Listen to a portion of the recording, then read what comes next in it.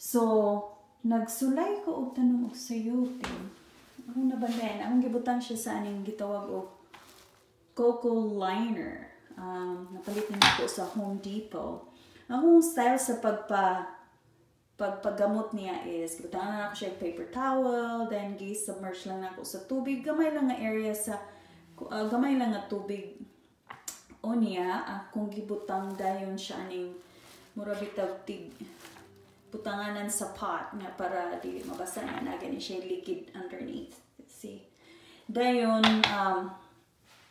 any like pwede planggana or anything like that nga imuhang butangan og tubig nga dili. See? Like that. Way kalutsan.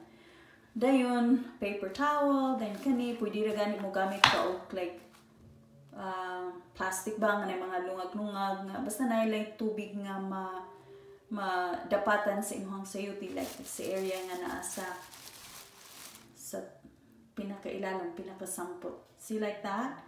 See na siya gamot, then pwede na nina ko matanom.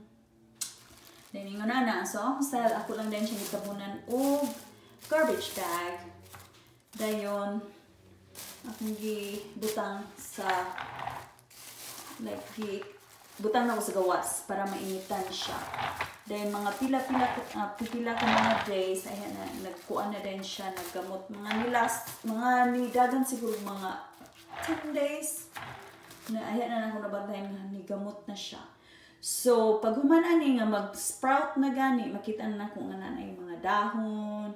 Ayan na, yun ako dayon siya itanong. Mga around late May siguro ako itanong. Kay murag ang amo ang temperature ana lapas na 50 degrees. Sa pagkakaroon di pa yun maayo. So excited na ko, tanaw lang din ako kung unsay resulta, kung mamunga ba. Tanawan ninyo after 1 week na ako nga gipakita last kuno sa abat to. So akong nabantayan nga ni salinsing na gyud siya. Ni salinsing na gyud. Dayon pwede na ni siya itanom. Ako la sigurong hulaton nga mo taas na ginaiyahang kuan o sprout. Yan, ning gamot na gyud siya og daghan. Super excited na ko nga matanom na ni. Yeah. Nananom ko kaganiha mga green beans, snap peas, sugar snap peas. Dili pa na akong matanom ang akong batong, mo hulat lang sa akong mga like middle of April.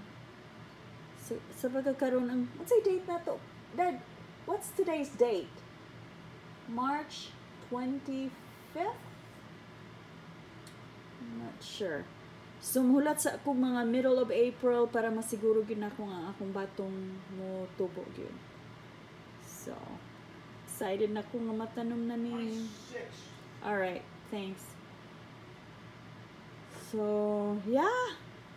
And then ako tamong ipakita once nga mabutang na siya sa among kaang or asa ba ni nako matanom. Unya hanto na sa like mo mangunod siya. So hopefully makakaunta sa ihang unod. So super excited na ko. Alright, that's it for now.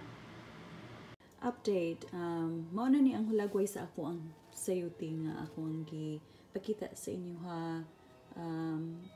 Last week man siguro to, nagkuha ko niya og video or 2 weeks ago. Unya ni sprout na gyud siya. O ready na siya nga itanom. So mao na ni. Pero murag mahulat ko mga middle of April kay medyo tugnaw pa gyud sa amo ang area dinhi. Usay ang iyang temperature mo kuan siya mga below 50 degrees, so di pa siya ideal gyud para sa sayote. Mamatay siguro pag ma-expose sa cold temperature kay tropical man ni siya nga klaseng fruit. Sa Philippines mo kuan gyud siya, tubo gyud siya, pero dinhi murag maglisod. So, akong siguro doon nga kargado siya sunshine para makakuha ta og, bunga atong makaon ang iyang unod. Alright, excited na ko nga matanom na ni siya. O niya, ako ito mong ipakita nga once nga matanom na siya o once nga makapamunga na siya. Yeah. There you go. So, ang style is, kanira good nga kuan. Murag panggana. Ay tubig sa ilalom. Then, kani, pwede ra pud kani nga na buslot-buslot nga mga kuan, what do you call this? Plastic. Yung nga mabutangan, butangan ni mo like tubig nga iyahang mas anggaan sa sampot sa sayuti. Dapat butangan ni mo kanang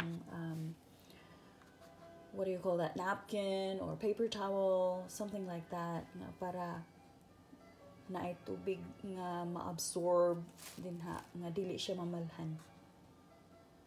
So, para mo stimulate man na siya o gamot. Nga mo gamot kid siya.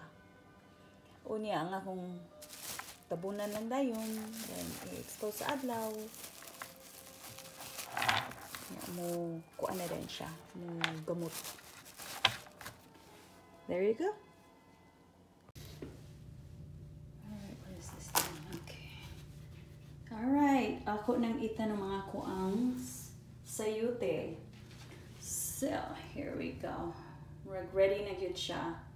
So, ako na siyang ibalhin din, Yung anak lang. Okay. Probably just like that. Okay, so ako lang medyo tabunan ang iyahang ugat. Then, ako lang siyang ipagimaw ning iyahang sprout. Okay, let's see here. So, ang gikinahanglan ani nga yuta, dili siya imunta nga saturated with water nga like basa siya. Medyo ingani lang ka, medyo gaumog lang siya, like naay moisture. Kay kung tubigon siya nga yuta, daghay tubig, ang hitabo is mo rot ni nga kanang mo lata siya ang imuhang sayuti. So, yun na lang, ipagimaw lang siya gamay, dayon mo, dako na rin na siya. Mutaas ang ihang sprout. Alright, that's the update.